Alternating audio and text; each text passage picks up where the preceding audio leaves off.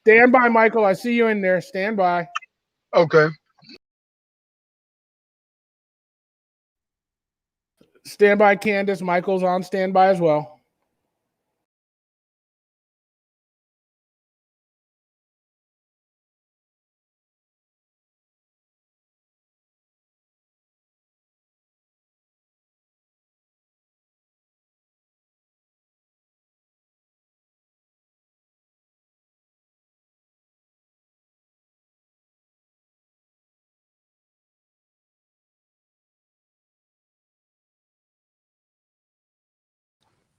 Stand by, Victor. Stand by. 5 o'clock start time. 3 minutes, 2 minutes, 30 seconds.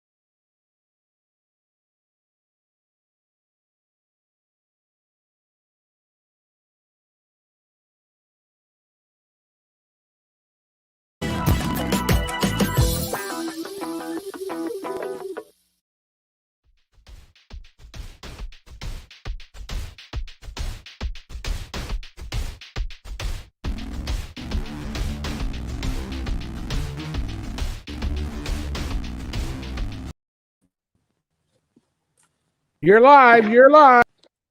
Hello. Vic, how's it going? All is well in this crazy, mixed up world. How about yourself?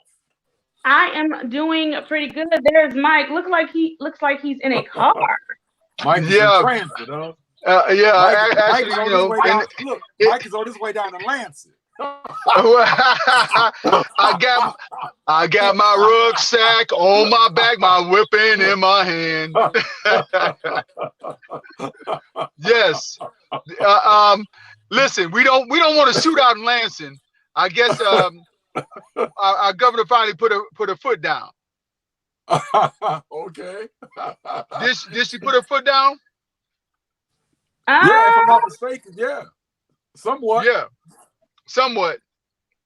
But that's been an ongoing battle, though, Mike. I don't know if putting your foot down, because the legislators sure did cancel their session. There you go.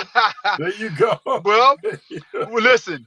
One thing is for sure: when there's a possibility of black folks showing up with rifles, everything changes. Oh, Everything. is that the B side of the story? That I think that's the A side of the story. That is the story. You know, if you thought it was just the same old, that's one issue. But when you know that we're coming down there, and it's some of us nuts who look like me and you, Brother Vic, you know, we can get nutty now. It's been proven. Was there a group of people who said that they were on their way down there, though, who were African American? I know there was a group of men who were protecting this one sister. Right. But if you look at what's been happening with Ahmaud Arbery, the Black Panthers and people have been down there. If you look at what's happening in Michigan, some of the people who feel like they've been getting wronged, the people who decide, listen, my mom is dying, I got family members dying, y'all getting out of hand. All right, y'all want to act a fool? Some of y'all white crazy folks. All right, we can act a fools too. And the one thing is for sure, America is used to white folks running around with weapons, talking about their rights, but they are not used to us walking around with weapons, talking about our rights. Although, which is legitimate though. Which is legitimate. Well, how's it legitimate? Our rights. I'm saying our rights. The expression of our rights. That in fact, there's a narrative, and you all know this very well, particularly in the South, and I would say across the country in the Black community, there has always been a legacy of gun ownership in the Black community. There's always been a legacy of that. Listen. When the police don't show up, you got to have something, right? So the police don't show up for us. You got to have something ready. We have learned how to police ourselves. And 9 times out of 10, when you do have more crime in our neighborhoods, a lot of it is because of retaliation. You feel like you haven't gotten justice, right? Yeah. And so even in this case, I'm going to do Ahmaud Arbery hasn't gotten justice. So people decide, all right, I'm going to go down there and I'm going to mete out justice anywhere I can. And that's where we're at right now. And you know, I'm of the mindset that in the South, you always had young people who would learn how to shoot, shoot squirrel, shoot coon. This is why we eat those animals as Black folks, because we didn't. Candice, I know you don't. She from the north. She from the north. Well, it has, but if you're in the South and you're on your own land and the store is miles away, you had to sustain yourself. True. And having a rifle was a way of making sure you had some meat on the table. True. Literally. That's true. That's true. You know, the chickens were the ones that need to lay the eggs. You couldn't kill all the chickens. No doubt. And so, but Mike, Candice got a funny look on her face, man. She ain't feeling this idea look, slaughtering the cow. If she was raised in Mississippi in the 70s or the 60s, her granddad, her dad would have shown her how to shoot that rifle and go out in the backyard and look for some meat to put on the table. She wasn't even born in the 60s or the 70s. Not only that, but she wasn't born in the South. Well, listen, I'm talking about, see, you are a generation removed from the South. I'm not. I still used to go to grandma's house down south. Did you ever take a trip in the summer to grandma's house? Probably not. See, y'all millennials don't know nothing about that. My grandparents lived here. Yeah. Exactly. That's my point I'm trying to make. So we always went down south for the summer for the 2-week vacation. Right, brother Vic? That's what we did, right? Went down south, and I see them slaughter pigs, shoot, hit the cow with a hammer. Have you ever seen that? I've seen it. And then roasted that. They dug a pit in the ground and roasted that pig over fire. You millennials don't know nothing about where our meat really comes from. I bet y'all think it's grown in a laboratory, right? Actually, let me help you out there. For one, I know this is going to be a shock to you, Mike, but millennials live all over. There are millennials that live in the South. What? Two. Yeah, but they got Piggly. They got literally Piggly Wiggly down there now. They don't go out. Look. Two. Here's the second thing. Black people still own farms. Oh my God. Right. Yeah. Three. Here's the third thing. They actually do grow meat in labs these days. Yeah, well, that's true. That's true. Hey, listen, there, Mike. Hey, I agree. I just bought a book called. Let's speak on that. I bought a book called "The Fate of Food." The fate of food. Yeah. And it is talking about that. Just that meat you're talking about being grown in a lab. Oh yeah. The meat that's been. It looks like a slab of whatever. And they put a chicken taste on it. They put beef taste on it. You don't know what you're eating nowadays. Yeah. And that's where we're going to as a country, as a world. And it's FDA approved.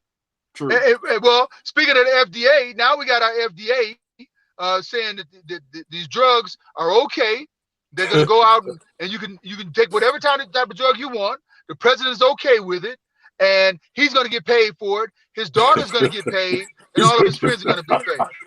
And the FDA director is somebody from like the meat packing industry. Are we kidding ourselves? What is going on? Oh, are you kidding me? No, we're not kidding ourselves, because you have to think about the fact that the new postmaster general is somebody that threw fundraisers for him. Right. True. That's right. That's right. That's True. Right. So, and where we're at now is a sad case. The worst person for the job, speaking of your girlfriend and your buddy, Betsy DeVos, the worst person for the job has the job because they're there to tear it up, to break it down, to retaliate against anybody who decides to do the right thing. If you're a postal worker and you've been in the postal business for 25 years and you know where the bones are buried, you know how to make things work and make the trains run on time, they're ousting you because they don't want it to run on time so that they can make it private. This is what they're doing around the country. And this Trump is making that happen. So real quick, because Mike, first of all, yes, you're a guest on our show. I'm sorry. Let me be quiet. I'm sorry. Hey, look, I'm like Mouse. I'm like Mouse and what Denzel Washington say. You shouldn't invite me. You know how I'm gonna act. But I want to make one thing we do here on Whose Opinion Is It Anyway is we welcome all of our guests from Facebook that are listening, that are watching. Because we do have people that are commenting and talking, and we want to make sure we acknowledge them because we appreciate them viewing the show. So thank you. Is Carl on? Is Carl on? Where's Carl at? Hey, don't call on Carl unless you're ready to go there with Carl. We scared Carl. Oh, man. Well, there's Carl. Wanda said, yep, Southern Blacks had and have sportsman hunts clubs. Actually, there was a sportsman club on the south side of Flint in the 60s and 70s. She also said, be careful. She also said, be careful of Soylent Green. Check out the movie. And Carl is here. Mike, you called on Carl. Carl is here. Marita has also joined the same. Marita, thank you for joining us. Hey, Soylent Green is people. Soylent Green is people. No doubt. Hey, millennial, you've never seen that Soylent Green movie. Check it out. It's true. I'm sorry. I'm just messing with you. You know what's funny is Mike treats me like I literally popped out the womb yesterday. You're my little sister. You're my little sister. I do want to talk about something that you two have been trying to talk about for the past 2 weeks. I believe that I am supposed to ref an argument that actually got settled. Yes. Yes, it got settled. Yeah. For the past 2 weeks, you two have been trying to talk about the right to literacy case in Detroit and Governor Whitmer. And it was Vic's assertion that Governor Whitmer needed to go ahead and settle that. Absolutely. And of course, Mike meant, what do you mean by settle that? So, as we see within the last couple of days, that case has actually been settled. Absolutely. That's right. And so, that had to happen. Yes. And so, Vic, I want to read a couple of the terms here, and I want to go from there. Let me just read a couple of these, couple of pieces of information on the settlement agreement. I have my paper in front of me, so that's what I'll be looking down at. Okay. So the governor agrees to propose legislation during her first term that would provide Detroit Public School Community District, DPSCD, with at least $94.4 million of funding for literacy-related programs and initiatives. The state agreed to provide a $280,000 to be shared among the 7 individual plaintiffs dollar settlement to access a high-quality literacy program or otherwise further their education. And these funds will be held in a trust by the Detroit Public Schools Foundation for the student plaintiffs. The state also agrees to pay $2.72 million to be paid to the fund and various literacy-related sports.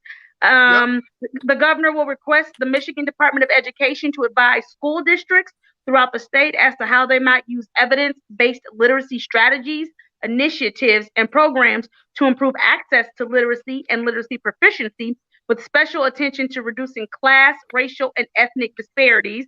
The governor will receive recommendations from 2 Detroit-based task forces that will be created to help ensure a quality education for students. The Detroit Literacy Equity Task Force will be created outside of the state government to conduct yearly evaluations around the literacy in Detroit and will provide state-level policy recommendations to the governor. This task force will include students, parents, literacy experts, teachers, a paraprofessional, and other community members. And the Detroit Educational Policy Committee will focus on the stability and quality of the overall educational ecosystem in Detroit, the accessibility of a quality school to all children in Detroit, and school improvement facilities teaching and educational materials. The governor will either create this advisory board or recognize an already existing board to perform this function. And just a little background that this case was settled the other day, but it was initially filed against Governor Rick Snyder in 2016. And the other defendants besides the governor include the Michigan Department of Education, Superintendent of Public Instruction, the State Board of Education, individual State Board of Education members, and the Michigan Department of Technology Management and Budget. This settlement is between the plaintiff and the governor, not the other people, not the other defendants. The other defendants do not sign the agreement. However, part of the settlement is an agreement by the plaintiff to release all claims against all defendants with this settlement. That's right. So you all have been trying to have this conversation for 2 weeks, and now that it has been settled, what do we do here? And then Wanda said, "Is that going to teach them to read the settlement? Is that going to teach them to read?" No. I think let me interject a quick point here, Mike. I think this is going to be an ongoing battle, to be honest with you. One of the reasons why I said that Governor Whitmer had to settle this case is because, number one, it's the right thing to do. It's the moral and ethical thing to do, number one. Number two, she has national aspirations, right? I mean, right now, I think she's lobbying. She's trying to position herself to be the number 2 person on Joe Biden's ticket, right? So if she has aspirations to ascend to that level, she had to settle this. There is no way in the world that she could not settle this, right? In the year 2020, you have a case, a judgment going forth, which is arguing that children in the Detroit public school system, and this is not only a regional case or a local case, this is a case that has national implications on either side of the coin, no matter what the ruling is, right? So this is a critical case. But what it comes down to is, earlier today, I was listening to an interview involving the lead attorney. His name is Mark Rosenbaum. And we're all aware of the deplorable conditions that exist in certain of the schools in the city of Detroit.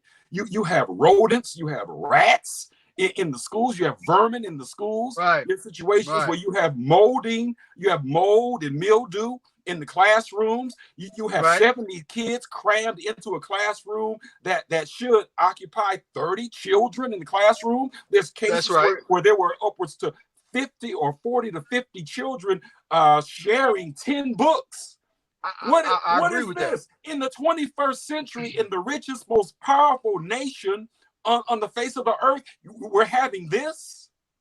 So this gets back to the question the young lady asked. What's her name, Harden or Warden? Wanda Harden. Wanda Harden.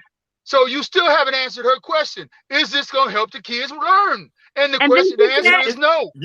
She said, "I'm not it, but will it teach children? Will it reach the children?" No. We don't get any guarantees out of this. Hold on, Mike. Okay, hold on, Mike. First and foremost, yes, the majority of Black children attend public schools, right? So since most of the students who attend these schools in cities like Detroit and Flint, Saginaw, Pontiac, go across this country are Black, we need to put them in the best general, no matter what their race, creed, or color is. If we're going to take care of their education, we need to take care of their education and ensure that they receive a quality education. This is not the magic. Let me finish. This is not the magic bullet. This is not going to do it all. I fundamentally believe that education, philosophically, I believe that education starts at home, right? It starts I'm not finished yet. It starts with the parents. It starts with the community and whatnot. The question is, does our community have the will to provide our children with the kind of education that they deserve? Let's start there. Let me finish. Above and beyond resource, above and beyond money, above and beyond technology, the real question is, do we have the heart and the desire and the will to ensure that our children will receive a fundamental education? That starts with us. We should be the bedrock regarding that. Hold on. But since our children are attending these public schools, we need to ensure that these schools are doing their job as well. Otherwise, they're not public schools. Put them in private or parochial schools. Listen, I agree with you on most of what you said, but my question is, who is we, Kimo Sabi? Are you talking about Black folks? I just spelled it out, right? I said the parents. Hold on. The mother, the father, the aunts. I got you. So let me finish. I agree with you. So hold on. If we are the community and you're a taxpayer, I'm a taxpayer, I should be able to decide where my tax dollars go. Now, this is an essence where it's taking tax dollars out of those things where we could decide where they go to. Now they have to go to this task force. And let me say, I did my homework this go round. So what should be done, Mike? Listen, Detroit, Flint, Ben Harbor, Saginaw, we have the worst school system because we're the poorest, right? Exactly. I called a Detroiter who now lives in Ann Arbor, who was on the school board in Ann Arbor, the richest school district in the state. I called her and I asked her this question, and she said, "This is nonsense. We're going to study some more. We're going to make another group of people. We're going to have people look like us, fighting to get on this board, and they're going to throw money at this problem, and they're not going to solve anything." How should the problem be solved? How should the problem be solved, Mike? You went to public school, didn't you, Mike? Absolutely. Now, what kind of education did you receive as you attended a Flint public school? What kind of education did you receive? Fortunately, I got out of school more than 25 years ago. Candice wasn't even born when I got out of school. So when I got out of school 25 years ago, question, though, Mike. I'm going to answer. What does this education consist of? When I got out of school 25 years ago, the school funding was not based on housing stock. Governor England came in 25 years ago with the Republican legislature, and they changed the way schools are funded. And ever since that day, we've been getting a much shorter end of the stick. When I was in school, two-tiered educational system. That's what you're explaining. It's a two-tiered educational system. But it hasn't necessarily always been. I got a pretty good education. It is in 2020. Exactly, but it has nothing. It's a two-tiered system based on the haves and the have-nots. Period. But hold on, we are arguing over crumbs on the table when we should be kicking over the table and starting all anew. I don't have a problem with that. I don't have a problem with that. Hey, brother Vic, let me ask you this question: what is this task force going to do? I don't know. I'm not a part of the task force. All right, that's my point. We don't even know what they're going to do. We don't know what they're going to do, and that's the point I'm trying to make. So we're just going to take $90 million out of the school fund, allocate it to something. The Republicans are going to have. Hold on, wait a minute. You know that. I'll let you do it. Allocation of funds by the state. Historically, as relates to the public school system in Detroit, right? They were taken over by the state of Michigan, and there was some shenanigans that were taking place too. We're going to allocate it. The state did. We're going to. Hold on, like I said, we're going to allocate this to the Republican legislature for the most part. Let them do what they want with this $90 million. They're going to hold it over our heads. Hey, Mr. Flint School Systems. This year. Yeah. Okay. And who's going to fight that battle? So why do we make this? We're making a two-tier system a three-tier system. Keep things the same way, then, Mike. Is that what you're saying? Just don't do anything. Don't do anything. Hold on. Wait. What I'm saying, I do. Here's a solution. What we should be doing right now is telling them legislative bodies and the school administrators at the state level, this is what we want. We want schools to be going back to be funded the way they were before. Okay. That means a shot in the arm of cash. Now, how was it funded before? How was it funded before? Well, we shared revenue. You never hear these school systems talking about sharing revenue because they don't want to share revenue with us. Sure. I live in Rochester Hills. My kids got it. Your kids can't. Real quick, so I want to make sure because we have people that are actually in this dialogue with us. So I want to hit these comments really quickly. Wanda was saying that the money tends not to get far past the boards of education. That it has to get to the children. Donette was saying that she agreed with the question that Vic asked earlier. And Wanda had another good point, which I want to talk about as well, when she said that Flint is in this boat too. Gina said that charter schools are the problem. And Wanda said, I was educated in the Flint schools. When I got to U of M Ann Arbor, I had some remedial work to do when I graduated with honors from Flint High School. I want to say another thing really quickly, though. If you remember, Saginaw students had this same argument. Saginaw students were told that they were not owed a quality education. And like Wanda said, we have that exact same problem here in Flint.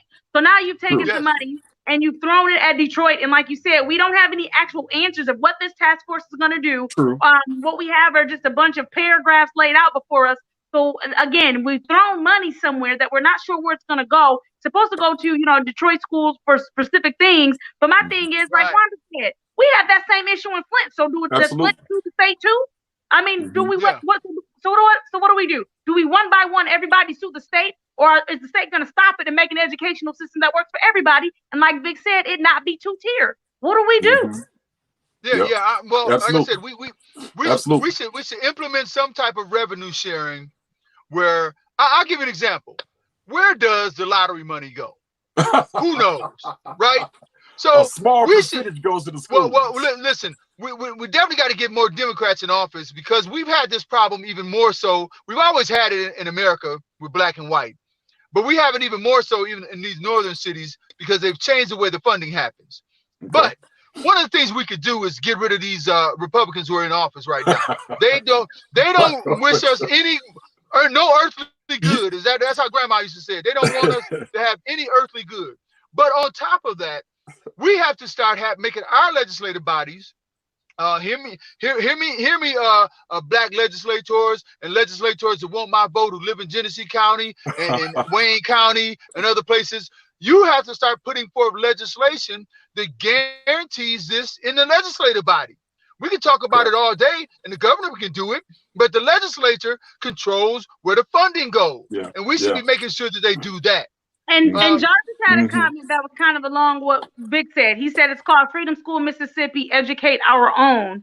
Okay. Gina has kind of the same experience. She has the same experience that Wanda had, that she was fortunate to go to Walker and Central, but when she got to Wayne State, she was behind the students from Detroit suburbs. And then Wanda wanted to know that why are charter schools a problem, which was somebody else in the comment section. She was responding to them. The problem is children are not the focus. There are several solutions. Parents and money to pay parents, and then money to pay teachers. Yeah. Well, let me say it like this. I sometimes you'll hear people talking about throwing money at the problem doesn't solve it, but that's a lie. If we had more money, we would solve a whole lot of problems. Now, money don't make everything great, but it can solve problems. Ann Arbor School District just passed $1 billion bond. $1 billion with a B. Now, what's the name of the big high school they got down there, Skyline? Have you seen this high school? Yeah, Skyline. It looks like a college campus. Yeah. Now, if I'm a child going to that school, I've got first-rate technology, first-rate schooling, first-rate teachers. I would be happy to go there. There's funding there. So where's the $1 billion fund for Flint? Where's the $1 billion fund for Detroit? So that's the issue I got. We need to make sure that we as people start putting these plans together, so we can make sure that our people do what we want them to do. That's all I'm saying. And Candice, that goes back to your doesn't answer, and I want to go back to kind of what Vic said about there being a two-tier system, because here's the thing. It still doesn't answer the fact that, okay, we've got this money that allegedly is going to go to Detroit students and all of this other stuff. But then again, you have these other cities that have this issue as far as literacy and learning, as far as access to education, as far as even a lot of schools didn't even have books. I know schools in Flint that didn't even have proper books. Absolutely. I mean, we don't even have the very basic stuff. We don't have the broadband infrastructure that keep up on a technological level. So wait a minute. So to settle and parcel out for one city when you've got a whole state that has a literacy problem and access to literacy problem, it just, to me, I don't know. All right, so let me attack. Candice, I hear what you're saying, but this was a lawsuit that was started out, I think, by about 4 families in the city of Detroit. In 2016, correct. But what I'm saying is this is also an opportunity to address literacy overall in the state, not just in that specific area. Absolutely. All right, so let me talk about racism for a minute. Is that okay? All right, so here's what I want to say. So we talk about Flint or whatever, and I don't want to get locked up into this thing. It's about Flint, or Detroit's getting something. Why shouldn't we get ours? The issue should be this: if Flint is not getting its due, if we don't have books. I know that's not what you're saying. I know that's not what you're saying. But what I'm saying is, it ends up being, people end up hearing it that way, right? All right. So Detroit's going to get this task force. Hopefully, maybe it'll go throughout the whole state. but it ends up being a turnaround for us and not a good thing always. When a task force comes in, they start taking money away from us. But the onus should be different.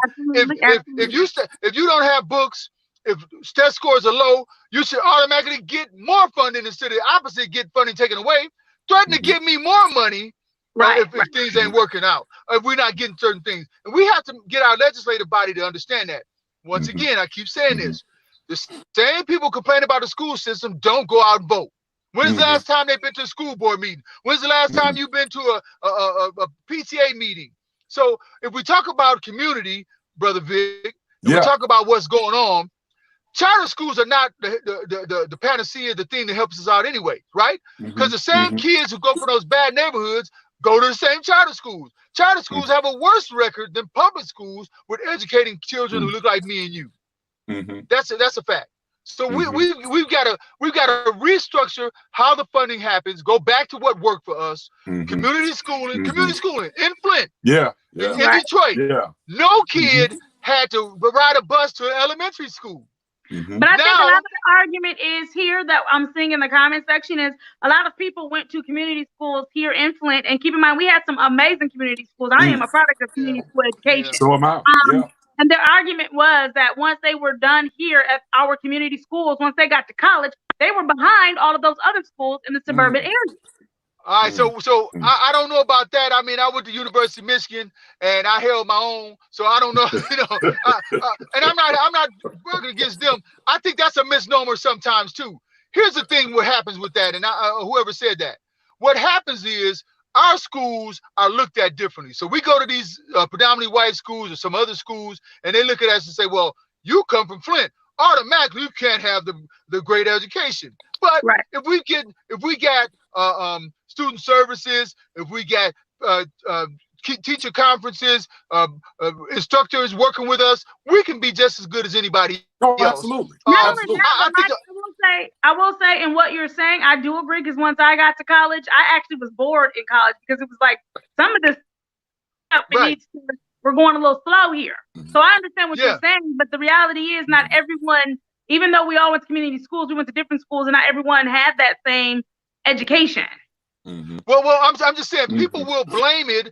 If you come from a school from a certain zip code or area code or whatever, they just automatically lump you in as being bad, and that's not necessarily the case. And we have to make sure that who's deciding this criteria. It's like what happens with the insurance companies. Well, there are probably less cars being stolen in the city of Flint proper, and probably more being stolen in the suburbs. But the rates for insurance are up in our neighborhood. Look, we drive slower. We don't have as many accidents, and our insurance rates are higher. But that shouldn't be. Who decides the formula? So who decides the formula for if a kid from Flint Northwestern or Flint Central or Detroit Denby or whatever these schools are, Detroit Renaissance, who decides when they go to these colleges that just because they're from a particular area code or zip code, they don't get looked at in the same vein? And a lot of kids, it depends on what you prepare for. And I think we prepare a lot of our kids for the same thing. I know some kids at some of these prestigious colleges who went through them who were not smart at all, and they went to the best school. Not at all. Right? Not at all. But they had services, people around them, students who got together and helped them learn and work together. So that's part of it.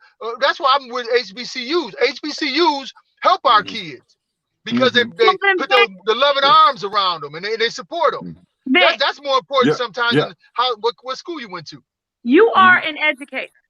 Yes. So I'm gonna lean to you and ask you really quickly, what is a quality education to you? What is your definition of that as an educator? What is that? Oh wow, that is broad, right? It's broad. I think what plays a critical role in each child's formation as a student comes down to exposure and expectation. Yes. Study shows that if a teacher has a high expectation, like in other words, if I respect the intellect of my students, I'm going to treat them as such, because I'm going to expose them to the classics. I'm going to expose them to all types of things historically and otherwise that they otherwise might not be exposed to if I didn't believe in them. But if I believe in them, right, they know that. Children know whether you love them or not. right? That's right. That emanates from the teacher, right? So I think it starts with exposure, right? And the high expectations that I have of my students. And also, I'm going to hold them accountable for their learning as well, right? That's right. That's the foundation right there. But I can't underscore how important whoever the family members are, mother, father, sister, brother, whomever, grandparent, grandmother, grandfather, we need to be there for our children as well. And I'll say this also. Our churches have an obligation, right? Obligation, to be a duty. To be a part of this battle. Just yes. like in the Jewish community, they have Hebrew schools. We need to have church schools in the African American community, and we need to do our part because who attends the church? We have doctors, lawyers, carpenters, janitors, teachers, plumbers, principals, all types of people attend the church. And we always say it, Candice, at our church, everything that we need is in the house. Right. Exactly. Exactly. I want to take the time to acknowledge a couple of these Facebook comments. Hello to everybody that just tuned in with us. Welcome, welcome. Thank you for joining us. Gina raised the question about why are Michigan public school teachers underpaid? And I'm just going to hit a couple of other things. And then they mentioned the fact that we do have Freedom School here in the summer in Flint, which we do. Yeah, we do. Then another question, another comment actually from Wanda said, since the $1 billion aren't there and don't seem to be coming, then we need to use the resources we have to educate our children and light a fire under them that they are smart enough to learn and be grateful. Self-esteem and self-direction are a light in the darkness. Our children and parents need to be hungry for education and success. And Donette said that she agreed with Dick that parents' expectations and teacher expectations matter. And Jarvis said that quality education is contacts plus opportunity, and that's what equals quality education. Yes. Right. Yes. And that mentors are needed. Gina said that mentors are needed. And Brother Vic said the community, listen, what worked for us in the past was everybody putting their hands around their arms around those children in the community. Everybody could talk to you, everybody could educate you. And we've gotten away from that, thinking we could run out to the suburbs and it helps us. And our kids don't do well in those suburban settings because of just what Sister Mabry talked about. We don't have anybody who's caring for us. What Minister Vic talked about. Nobody's putting your arms around you and saying, listen, we're going to get you through this and we're going to help you out. We're not interested in what you're doing. It's a matter of understanding and being able to relate. And it's a matter of people coming to where you come from. And therefore they understand and know how to deal with you. And that they don't automatically think that an elevated voice is you yelling or being disrespectful. But they understand that, sometimes people speak a little louder when they're passionate about what they're saying. Or they understand that sometimes instead of just putting you out of class, that you need to be checked in front of the whole class.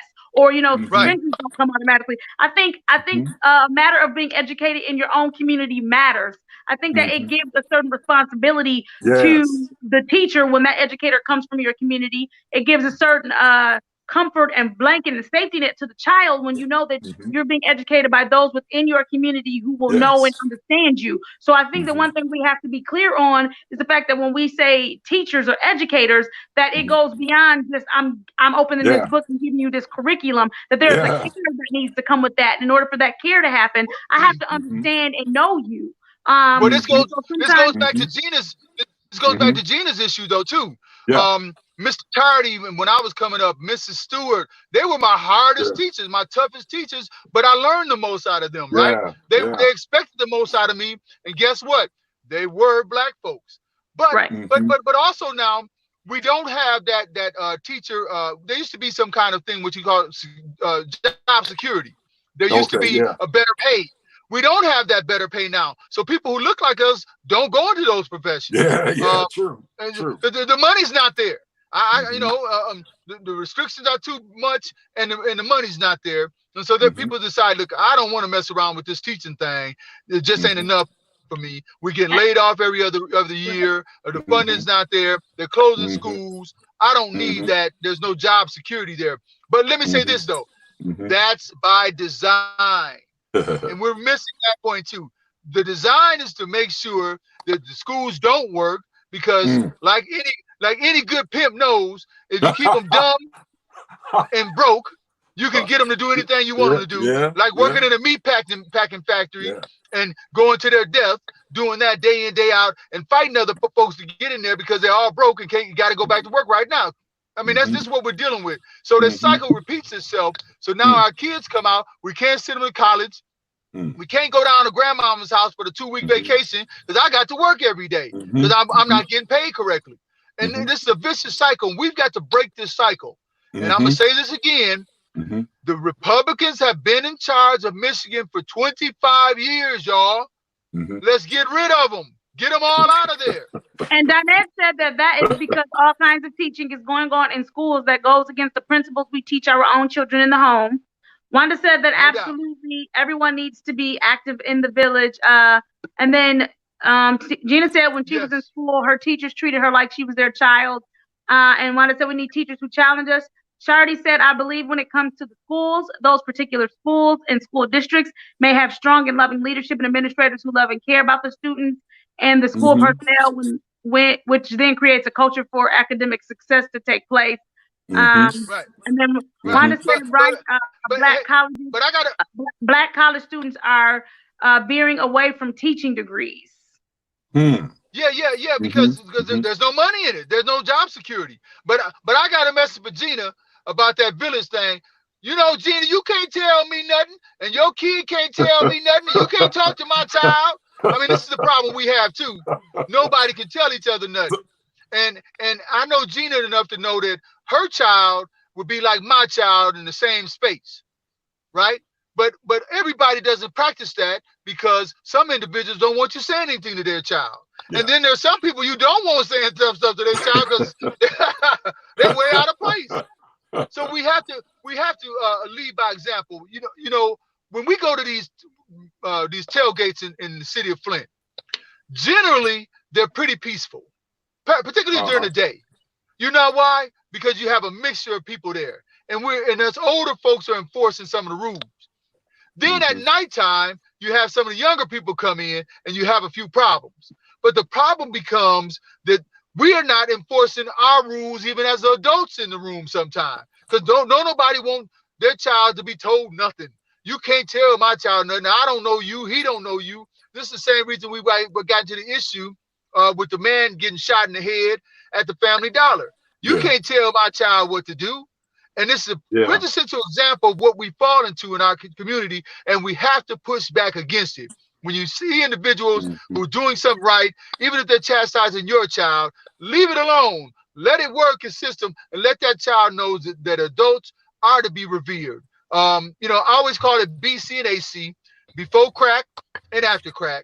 And before crack, before crack, you could pretty much, listen to adults. But after crack, like some of these adults is worse off than the kids. So, I mean, there's something we've got to get past as a culture, as America. But I don't want Donald Trump telling my kids nothing. There's a whole bunch of foolish Donald Trumps out there, too, who'll be ready to shoot your child in the head, who'll be ready to talk crazy to your child, and be ready to tell your kid he can't come into the store when they're letting other kids who look like Donald Trump come into the store all day long. I would like to know if schools or school districts are able to create their own endowments like the colleges and universities. Interesting. Oh, okay, so hold on. Now you hit my button here. Let me tell you something. I've never seen this happen, but people always give money to causes. Such and such gave $20 million to a college.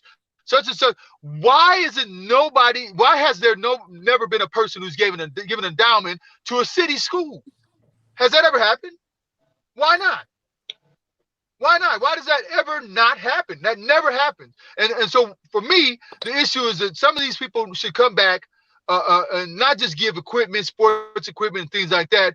You should give real dollars. We should have endowments besides just millages for our school system. Maybe we can take those and put them into certain things. Maybe it's just for the book program or the reading program. Dolly Parton did give reading program stuff to kids in the city of Flint. But there's a lot of people who look like us, who are millionaires, who haven't really supported the school system like we really should, with the real hard dollars to help teachers, to help equipment. Somebody had a question of since crack is a factor, are you counting marijuana as a factor too? Listen, all right. So are you asking me personally? Because personally, I believe marijuana is a gateway drug. Now, let me say this though. So is alcohol, right? So I mean, we can't glorify any of these things. I think at certain point in time, it's marijuana I think should be illegal, but at the same time, we should, as people, make sure that we don't tell folks it's something they should indulge in. As a child, I wouldn't want my child using marijuana. I think actually, you know, Brother Vic can speak to this. He's an educator, but marijuana is what you call a downer. And so, as with a downer drug, you sit back and you relax, fade, and you're lethargic. You're lethargic. See, so being you know, maybe it's just me. I have yet to really see a person who's high all the time really making things happen. On the move, no doubt, changing the community for the best. Because they're busy sitting back getting high all the time. Now, that's me. Real quick, Gina said when she was in school, paddling was a thing. Wait, but Shardy said, is that similar to rowing? Shardy, she means paddling as in paddling on your boat. She means paddling as in paddling on your boat. Is that similar to rowing? Yeah, right. I don't know what school you went to, but I had a whole bunch of teachers paddle me. That's funny. That's funny. And Shardy also said that maybe the tailgates would be good to be used as an endowment. Listen, hold on. Who said that? Shardy. Who said that? Yeah. Shardy. Let me get my phone number right now because I want to talk to you. I've been talking about that for years because my good friends helped start it. Let me say this. I'm the class of 1985, Flint Northwestern, go Wildcats. We are one of the greatest classes ever. Great class. We started the tailgate in Flint. We're going to transfer that on to the world. But Beecher started it though. 85. 85. I ain't scared to say. Beecher High School started it though, man. No, they did not. Hold on. Whoa. No, they didn't. Yes, they did. It was going on before 85, man. No. We started it, class of 85. These new tailgates we got now. We started. Check with the Bucks on that one, man. Listen, I drink beach water. We talk about that all day, but we started. But the thing I'm saying is, Shadi, I'd like to talk to you about that because we should have endowments. Listen, we have Back to the Bricks. We have the Crim. These have turned into foundations. Yeah. They give money that are endowments. There's no reason that our tailgates shouldn't be endowments that should give money. Now, we do have scholarship funds, and that's great and wonderful. And my best friends, I love them to death, the visionaries, Majila Wheeler and my good friend, Mickey Thurkill. These are wonderful folks. Troy Woody, I'm going to give a shout out to them. I love them. And they're doing great things with the tailgates. But we do have to turn, as Black folks, turn that wonderful thing that we're doing into a thing that holds on long term. Yeah, so absolutely. A couple of things. Call me, Shardy. I'll let y'all go ahead and have that who started argument because we started it. You graduated in 85. I'm assuming you mean like June of 85. Again, you keep naming years you keep naming times I wasn't born yet. So I'm gonna have to That's right. we go.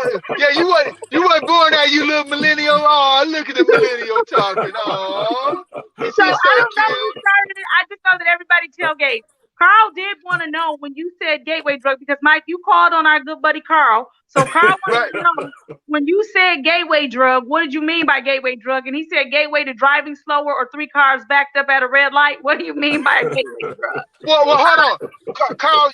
Exactly what you're talking about. You drive slower, like Brother Vic said. You're lethargic. You don't make things happen. You're laying in the bed. You're lazy. And now let me say this. And I'm not saying everybody.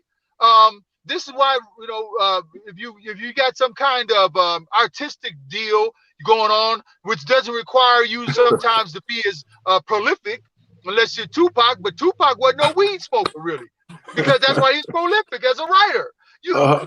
Listen, you're driving slow, you're doing things in a slow motion, and so now you're going to get that high. If you are getting up in the morning and you hitting your blunt, you off kilter. Something's wrong. And let me say this: if you get up in the morning, you're taking a swig of alcohol. Something's wrong. And let me say this for people to be in a constant state of your mind being altered. You have a problem. Whether it is weed, whether it is liquor, whether it is some harder drug, whether it is a prescription drug, if you are in a mental state where you have to constantly have something altered, or you have to somehow not be in touch with reality, you have something deeper going on. Well, listen, and let me say this: I'm not against the sale of marijuana, CBD, and all this other stuff. That's wonderful. This is America, and I'm a libertarian dang near when it comes to this. I'm almost a libertarian. There should be no drug in America that really is outlawed. And what I say by that is it should be regulated, just like weapons should be regulated. It should be subject to the FDA and other approvals, subject to type of regulations. And then, with the FDA, we both know they relax and make strict rules based on whoever's in control. Sure. I mean, listen, I agree with you there, but the point I'm trying to make is that no drug. I don't care if it's cocaine. It should not be illegal in America. It should be regulated because let me say this: weapons. I'm a libertarian when it comes to this. Weapons are legal and they're more dangerous than any drug. But they should be regulated. I'm saying this as a weapon owner. So you mean to tell me you want mind-altering substances to be legal right along with guns? Okay, I hear you. Listen. We do have, hey Candice, we do have legal mind-altering drugs. It's called a prescription for codeine. You know, like people have them every day. We can't act like these things don't go on. Vic, did I not say even if it was a prescription drug, if you constantly need to be in an altered state, something's wrong? Something is wrong. Well, listen. You're preaching to the choir, I'm not. Listen, I don't get up and get my drink of coffee. We all got some kind of thing. I like my sweets in the morning. You just made Carl's point. Carl said that sugar and caffeine are gateways as well. Yes, they are. I agree. I agree. But like I said, one thing I know when somebody get that sugar high, it's not a downer. Sugar's not a downer. Coffee's not a downer. They're at least getting some work done. When you got everybody sitting around drinking syrup or smoking weed or dipped in syrup, like that's a recipe for doing nothing, and that is a problem in our community, and this is why we're not doing as much because people aren't getting things done. Society too. America. I totally agree with that. Well, Mike, you got somebody in the comment section. Gina agrees with you. I want to ask our law enforcement, our former law enforcement that's in the comment section, what she thinks about making all of this stuff legal. If you're still there, let us know what you think about making all this stuff legal. And then Jarvis said freedom schools were created because Mississippi was not educating Black students equally as well as money and materials equally to white students, same as today. Gina said she knows some teachers that are at the club every night. And Wanda said, whatever your drug of choice is, it makes you sleepy. We need to stay woke. Stay woke. My point. Speak on it. But Gina says she agrees with your regulation theory. I'm going to have to respectfully disagree because all that sounds like, and you have to pardon me, but that sounds a little Sodom and Gomorrah-ish. I'm not trying to be lit on fire. Wow. Want to do. Well, not do what you want to do. Listen, I agree with that, but what you want to do. Hold on, wait a minute. No, it's not. No, it's not. Yes, it no, is. It's not. It's got to be regulated. Listen, let me ask you a question. Aren't people doing it anyways? But it's illegal and they have a consequence. You're talking about the consequence. So let's talk about that. The consequence is only meted out, justice is only meted out on certain individuals and certain people. So obviously, meting out justice, well, it is. I mean, I just want you to know that our law enforcement individuals said absolutely. Okay. They said what? Absolutely not. Well, let me say this. Wouldn't it be better if you didn't have to chase people running around doing drug deals and stuff every day, and you could just actually do some real crime and solve murders and other things? Let me pause you there. Because I'm no longer chasing these people because the drugs are now legal. Now I'm sitting up there and I got to be a first responder at all times because now I'm up here having to pump their chest and everything else because they're ODing. Now I'm sitting up there. I got murders and everything increased because now their deal's going bad and now everything's now that it's all legal. Stop it. You're asking. Wait. You just described what's going on now. You just described what's going on now. Right. I mean, listen. You're basically asking for. I would put. But you're asking for lawlessness. You're asking to make everything. You're asking to make stuff legal that should not be. All right. So have you ever been to Amsterdam? We are not. I've been to Amsterdam. I've been to Amsterdam. I've been to Amsterdam. Wait a minute. Amsterdam is safer than Flint because of the reason you just cited. Because drugs are illegal, you have bad drug deals. I guarantee you, it is. Drugs legal here around Flint, you're going to see way more crime than you see now. Stop playing. No, you won't. You'll see less crime. Listen. You'll see less crime. Most of the crime is caused by Mike. American sensibilities are different than the sensibilities over there in Amsterdam, man. You're dealing with a totally different beast. You're dealing with America. America is extreme. America's a nation lives by extreme. Wait a minute. We don't do anything moderately. We don't do anything moderately in America. Oh my goodness. Wait a minute. Let me make sure I got this right. It's not. All right, so as a person who's been there, the people over in Amsterdam look just like us or just like other Americans. It doesn't matter. I can look like you and not act like you. What does me looking like you have to do anything? So wait a minute. Let me understand something. The war on drugs is absolutely a failure, correct? Yeah. Well, that's because the war on drugs is actually a war on a race. It has nothing to do with the actual drugs. There you go. Wait. No. The war on drugs is about race. I agree with you on that. But the issue is the only reason it's a war on a race is because the drugs aren't legal for everybody. Let's talk about marijuana if we want to take it there.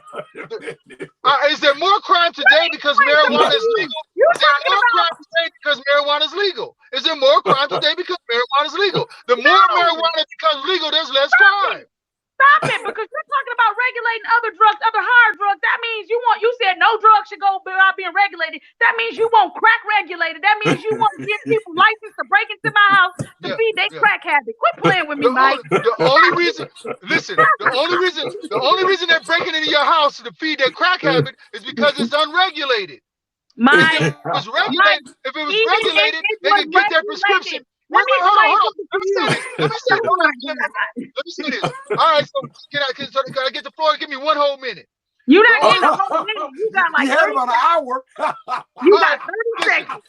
I got 30 seconds. When you have people being able to get their drugs in a smaller dose and regulated doses, they're able to manage it better. They might have had a little crack high, but they're able to get their butts up and go to work. This is the difference between people going out in the streets and being unregulated, having a wild, wild west, and having no regulations. Regulations mean all that things. We have drug treatment programs if you got regulations. You have other programs that they go into. You have to supply these things. We already have the drugs out here now. Most of the crime we have is because we don't have the proper regulations behind it. Okay, now let me help you out. Because one thing you got to know about the flesh is never satisfied. You send yourself up to failure. That is failure. Wait. Let me say this. 95% of the people who decide not to do drugs don't do drugs. What are we saying here? What are we saying? I don't understand that philosophy. Are you telling me people can't control themselves? Absolutely, that's what I'm telling you. Oh my goodness. So all right, so this gets back to the point we argued about last week about voting and everything. I believe in that. Hold on, let me say this. She said there is no managing a crack habit. Thank you, Angela. Whoa, hold on. I agree with her. Well, hold on. Yes, there is. There are people. Crack habit, Mike. Wait. As a person who, look, I ain't never been on crack. I don't know, but I will say this. If what's the worst drug of all is heroin, right? Because heroin develops a dependency inside your brain. It changes your brain function, right? Yeah. As far as I know, studies show that crack doesn't necessarily do that. Wait, hold on. Wait a minute. Let me finish. You were hanging out back in the 80s. You saw what was going on in the 80s, man. You saw what was going on. Exactly. Stuff was going on as a result of crack habits, man. Back in the 80s. No, not the result of crack habits, but the result of people trying to get money for their crack. Now, if it's regulated, If it's regulated, it's affordable. On that one, man. Wait a minute. Are you telling me you can't? Listen, you can't regulate it. Mike, are you really saying? Whoa, hold on. Wait, hold on.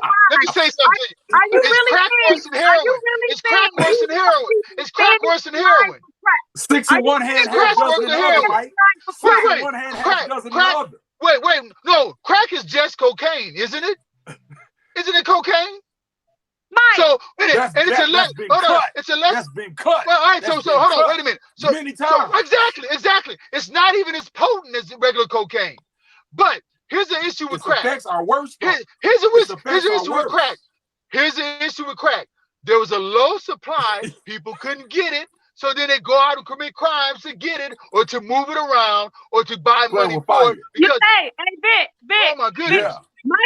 Mike said, forget the physical altercation and everything else and the way that crack slowly killed you. We want to give you something that's gonna slowly kill you. Listen. Y'all missing the whole point. Y'all missing the whole point. This is America. Wait. This is America. This is America. This is America. This is America. We sell all kind of things that will kill you, that people will commit murders over. Money is the biggest root of all evil, and we still let money go. The love of money. The love of money is. Well, the love of crack. We can talk about the same thing in that same vein. The love of crack. I love that crack. That's why I'm on that crack. And that's why I ain't leaving that crack alone. And I need some money. And if you think for 1 second regulating crack or regulating any other drug is going to have an effect on crime other than it going up, you are nuts. Wait a minute. We regulate. Listen, we regulate drugs every day, right? Yeah. Drugs that are in some ways worse than crack, right? We regulate them. People can get prescriptions and what have you, and we should have the proper treatment programs for people. Right. You're saying that those things are regulated, but do you not see the devastation it causes a family that they're hooked on those drugs? Yeah, no doubt. Wait. No doubt. I'm not. You are literally asking to listen. You're asking. Here's the problem. People are hooked. When people are hooked on drugs, wait. Why are they hooked? Why are they hooked on the drugs, Candice? Why are they hooked on the drugs?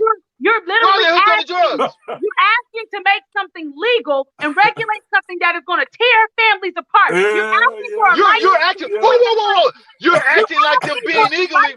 Hold on. You are acting like them being illegal is not causing exactly what you just said. But you got to understand, them being illegal is holding back a restraint on certain segments of the population. No, it's not. Oh my God. Yes, it is. Oh my goodness. All right, so let me say this. So Mike, let me interject a point here, right? Because I think we're all God-fearing people here. What about the spiritual implications of this? The spiritual implications of your argument? Right. Mike what about what about that? For putting let me talk about the spiritual aspects of that. Now, let me say this. Whatever somebody's vices are, you have to fight with your spirit against that. Whatever your vices are, they may be sex, they may be caffeine, like Carl was talking about, it may be sugar. Whatever your vices are, you got to pray to the Lord on that. What I'm trying to make the point about is this. It's real plain and simple. If you have drugs that are in the system, in your body, you might have to get treatment and things like that. Just because something is available doesn't mean you're going to try it. Yes, it does. No, it doesn't. Hold on. Listen. Cigarettes are more addictive than dang near crack. Nicotine, but they're regulated. They're regulated. You just get small. Listen. And thousands of people die from cancer. Yes, they do. Hey, yes, they do. But nobody's going out knocking each other upside the head to get their cigarette. That's the point. What's happening is the police are choking out black people over cigarettes. Stop playing with me, Mike. Stop playing with me. Hey, Candice, hold on. They choking out black people for anything. You know, come on, we ain't going there. The issue I'm talking about. Some of these comments. Let me say this. He was selling loose cigarettes. He shouldn't have been done that. He was getting away from the regulations. The regulations don't call for loose cigarettes. Here we go. Not on that day though, Mike. Not on that. He wasn't selling on that day. You just made a point. Sam, you just made a very valid point. You gonna regulate something, and plenty of people still gonna go above that regulation and break that law. You regulate does nothing and stops nothing. Well, the point is, go ahead. Somebody said crack is whack, but locking crack addicts up is not the solution. And the love of money from those in power are ruining the lives of many in this country. I agree. Live, regulated is better than illegal because they're only putting us in jail. That's right.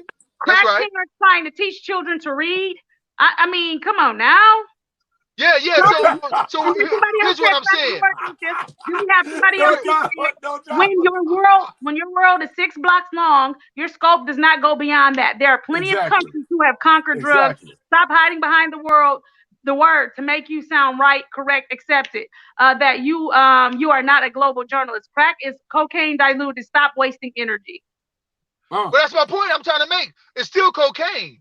And so you said you're acting like crack is worse than other drugs when all it is diluted cocaine. The problem with crack was that it was hard to get. The price was high, and people was paying more than the price was worth. Crack was demonic. Crack was demonic. Wait. All drugs are demonic. Yeah, So's caffeine. So's sex. Yeah. What are we talking about, Brother Vic? I mean, all sin is demonic. That's what I'm asking myself. What are we talking about here? Offering people drugs, right? Right. Well, but hold on. The issue is we live in America. We live in America, right? What does that mean? We do live in America. What does that mean? All right, so hold on. If we live in America, we do have access to it's supposed to be free and land of the free and home of the brave. And right now we got people who are having a war for dope, and we should be regulating that properly so we don't have people killing each other in the streets. Let me tell you something. You made the point. We live in America, right? So we don't know nothing else about our government. We know once they start regulating and making money off of it, people still gonna be breaking in my house to get their crack because they ain't gonna be able to afford the government regulated crack. Exactly. There you go. Nobody. Listen. Hey, let me say this. Cigarettes. I'm going to keep using cigarettes as an example, but cigarettes are highly. But if cigarettes were illegal, we'd have people killing each other in the streets over cigarettes. You know that, right? Oh my goodness. Do you believe that? You don't believe that, do you? No. See, this is where the breakup happens. This is where we depart from our senses. Listen to me. Because cigarettes are legal and regulated, we don't have killings in the streets. If tomorrow they decide to make tobacco just like they did with alcohol, and they went back, if they made tobacco illegal tomorrow, there will be dope boys on the corners selling caffeine, blood, and cigarettes. Mike.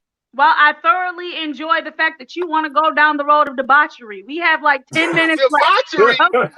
So in those 10 minutes, I need to read some comments because people are commenting. All right. It says, Shardy says, economics, I believe, play a very important part in the success of our communities as well, in addition to who we have in office. And if we have the right people in office back in the 80s, some of the drugs that were smuggled into this country probably never would have happened in our community, may have never been devastated.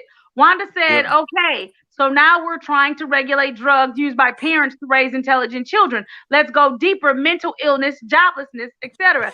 Donette said it's happening. They're having a hard time. Marita said, who's got crack? How much is an 8-ball? Wanda said, any drug of choice. Yes. And Marita said, nicotine is the worst. Right. Oh, well, I agree. Nicotine is the worst. And so what did she say? Where's that crack at? And look, I agree with Shardy Shar. Shardy Shar, you're so right. We do have problems, but we've got to look at it in a holistic fashion.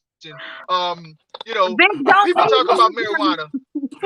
People talk about marijuana and talk about other drugs. We all know taking drugs, being out your regular state of mind, is not a good place to be. It's not for anybody. No doubt. But when we have gone to make crack and cigarettes what socially unacceptable. But let's get back to what happened in the 80s. This is how they're treating methamphetamines or heroin users now, is how we should have dealt with crack users. I agree with that. I do agree with that. Right? I do agree with that. And we shouldn't have been locking them up. What we should have been doing is building. Listen, I know we have a few places in the city of Flint, like Inside and other places, but we should have state-of-the-art drug treatment facilities, and not just for what we call drugs, what we think of drugs when it pops in our head, but also for alcohol treatment, for marijuana addiction, for all these things, even for caffeine addiction. I think people, if they get off of caffeine and the nicotine, that may be better for them. But there's no place to really go and do that because it's socially acceptable. This is the thing, though, Mike, even with that, and I think Wanda is raising a good point. You also don't know the effects that drugs are going to have on people. You don't know if they have an underlying illness that it's going to make worse. I just don't like the door that we open. It's more than just the surface. The door is open. The door is open. The barn is open. The cows is out the barn and they running down out the field. What are we talking about? It's more than just the surface stuff that you are talking about. It goes deeper than that, you sodomite. Focus. Wow. Whoa, she called me a sodomite. Hey, listen. What they say in the 60s? You know what? If it feels good, do it. If it feels good, do it, huh? If it feels good, do it. I thought you couldn't get any worse than the term limit argument last week. But apparently this week, Mike said, hold on, I can get more ridiculous. I believe in true American values and the separation of church and state. And I believe in the Second Amendment like I believe in the First Amendment, the right to free speech. And I'll talk like a sodomite if I want to. Oh my goodness, man! Lord have mercy. Listen, let me say this, and I'm saying this as a guy who does not. I don't smoke cigarettes. I don't even drink coffee because I don't like the way that it makes people feel because it's addictive. Like I said, I will eat some candy, but I'm trying to cut down on sugar. I try to stay away from sugar. Now, listen, we put sugar into. And we made people addicted to sugar. That's why we have diabetes today. And that's why we have all the problems we have today, because we made people addicted to sugar. In human history, we never had this much sugar in our lives. That's why we're getting diabetes and things like that. The thing I want to say, though. This is crazy to me. How is that crazy? Listen, I understand your argument about sugar and sugar being addictive and caffeine and all that, but you are opening the door for literal comets to rain down on the earth at this point. I'm not dealing with you. Are you serious? Are you serious? I'm not dealing with you. All right. So let me help you out, millennial. Let me help you out. I've been in places where I didn't indulge. Let me make that clear, because Michael Jordan threw his team members under the bus. Hold on. Let me speak to this. I've been in places, not where people were doing crack, because I don't mess around. I never did that. I don't know. I've been in places where people. I've been in places where people were doing lines of cocaine. Lines of it. So if the comet ain't rolled down like you talking about already, then it ain't gonna happen. I've been in places. Cocaine. No, that's because that cocaine is still illegal. Once we start telling everybody to do whatever you want to do, the comments are coming. Look, it's not do whatever you want to do. It's not do whatever you want to do. It's about regulations. We have stuff right now that people are using, but it's regulated. You control the dosage. Look, listen. Carl said you went to the Eric Mays School of Microphones. He said you out here, you're holding up the whole conversation. Oh my goodness. Hey, Carl. Look, I respect Eric and I respect the craft. And as a UAW guy, this is what we do. We talk trash. Oh my goodness. Get with the program, Carl. Hey, if you think you're gonna slander me by talking about you compare me to Eric Mays, that ain't no problem. I can roll with that. Listen, we love Eric on this show, but I get what Carl. No doubt. Look, we stand with Eric on this show. Wow. I side with Eric, and you know. So ain't nothing worse than that. Forget you, Mike. Carl, that was a good joke, Carl. That was a good joke. Good. Hey, Carl, at least you had one good joke every 3 weeks. But I want to, because we got to look at wrapping up here. Jarvis said that if you can find 10 good crackheads, then you legalize crack. Charlie said that. I can say the same thing for weed heads. I can say the same thing for weed heads. See, wait a minute. Hold on. Wait a minute. See, all right, Candice, hold on. I got to address this point. Hey, Jarvis, now y'all practicing. What about a good meth head? What about a good what What's the other drug you shoot your arm? But I think heroin addict. But according to your logic, Mike, if they can find 10 good meth heads, then why not? If they can't, I'm just saying. According to your logic. All right. Let me say this to you, and I want to make sure we got this proper. Drugs, things that alter your state of being. If there, we do have regulation on alcohol. You have a particular percent. You have a certain amount. If we had alcohol that had a higher content, the first drink would kill you, right? But we have it regulated, so there's certain amounts, and you get a little bit at a time until you get that high going. To be honest with you, and I ain't no drug expert, but I've read a lot of books. You can have your small little crack pipe that has the same amount that you take a nicotine, and you ain't getting an overdose. And you're taking a little bit of amount, you sit around with your little crack thing, you keep moving all day, and you smoking your little thing, like just like a cigarette nicotine people do, it's like caffeine people do. You can have your little crack, go around with your cocaine thing. Wow. Here's the point. Wait a minute. Let me make this point. You've been making points all show. 1 second. You've been making points all show. Candice. You got practice. Regulate Mike. One drug is not worse than the other drug. No, one Mike. drug is You got 5 minutes left. Go ahead, Vic. Go. I was just saying, you need to regulate Mike. Look, you want to know what's funny? You want to know what's funny, Vic? Is Carl just said the same thing. Carl just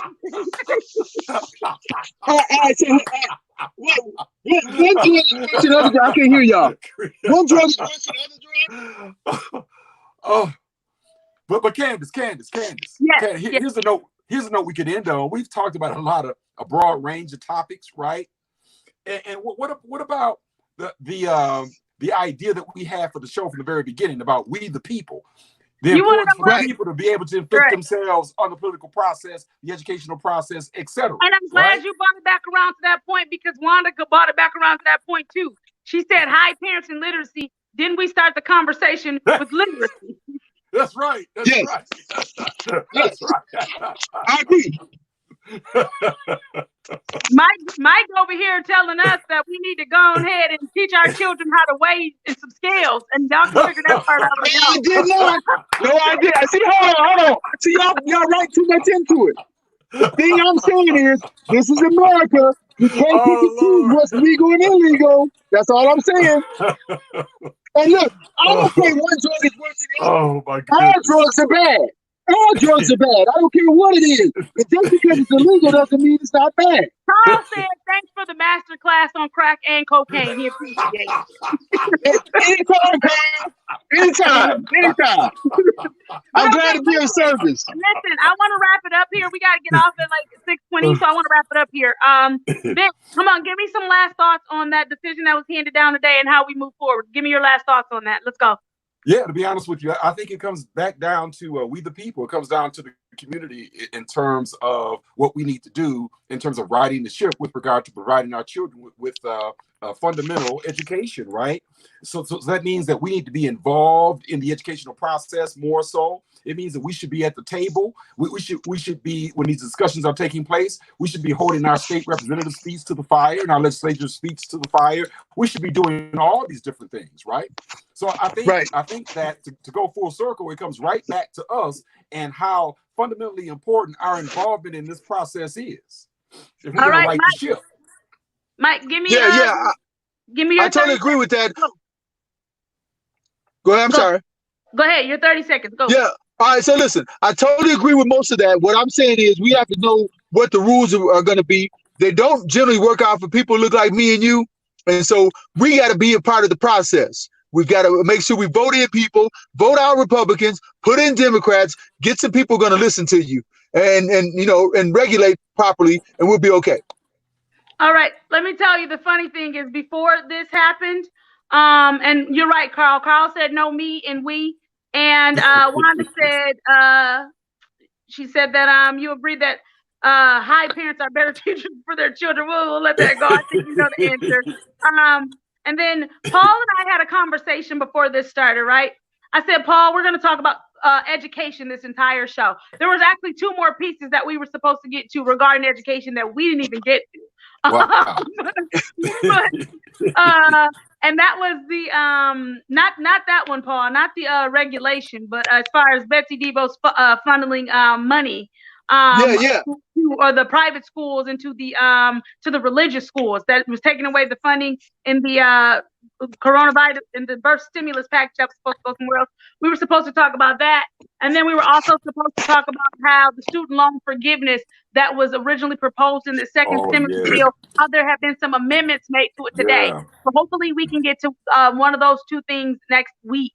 But I do want to say, I did tell Paul before this show started, I said, Paul, this week I'm gonna lay back. I am going to, hey, Vic, don't laugh that hard. I said, and I'm going to regulate the conversation between Mike and Vic. Watch, Paul. Watch. Paul said, are you sure you're going to be able to do that? I said, no, because Mike's going to say something ridiculous. And then you were prophetic. And sure enough, what happened? Yes. Mike said something ridiculous. No. Wanda said, great job. Hey, I just gotta think it through. I've been thinking about this. So I want to thank everybody that tuned in. I want to remind you that we're here every Friday from 5 to 6 p.m. with Whose Opinion Is It Anyway? You can also listen to us on 92.1 FM WF 5 to 6 every Friday. We are here. We are live. And as long as we are in quarantine, we will have our special guest, Mike. I'm a little worried about Professor Moss in here now. I wanted to put Professor Moss in, but now I'm nervous about throwing him in this bad. Hey, what is a sodomite to do? What is a sodomite to do? And so, again, I just want to thank everybody for tuning in. I want to thank everyone for participating in the chat. We greatly appreciate you. We'll be back here again next week at 5 p.m. for Whose Opinion Is It Anyway with Candice and Victor and our special guest. Peace. Mike Harris. Peace out. Peace out. Crack is whack.